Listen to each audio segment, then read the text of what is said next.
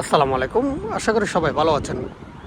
দেখুন, এই কার্তেল্যটা হচ্ছে আপনার পার্কিং এবং পার্কিং কোন ডিজেবেলে এবং উপরে যে লাল চিহ্নটা আছে এটা হচ্ছে নন দেবিপারে সস্তা, মানে আপনি এখানে গাড়ি পার্কিং করতে পারবেন না, কিন্তু আপনি ফেরমারা করতে পারবেন, মানে গাড়িটা সামনে এনে গাড়িটা রেখে আমাকে আপনি নামিয়ে দিতে পারবেন, কিন্তু আমাকে নামিয়ে দিয়ে আপনি গাড়ি রেখে একবারে চলে যেতে পারবেন না, মানে আপনি সস্তা করতে পারবেন না। এই দেখুন এখানে এটার দৃশ্যটা হচ্ছে জানলো, এই দেখুন জানলো, ওকে।